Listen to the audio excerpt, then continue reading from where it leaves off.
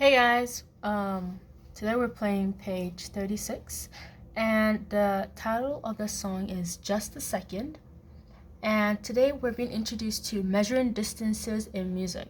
So distances from one note to another are measured in intervals called second, thirds, fourth, fifth, and so on. And intervals are the distance from one key to the next key, usually white keys. So from one white key to the next white key, the distance from those keys, between those keys, is an interval. And yeah, so we're still in C position, and our hand is like this, and I'll play the song.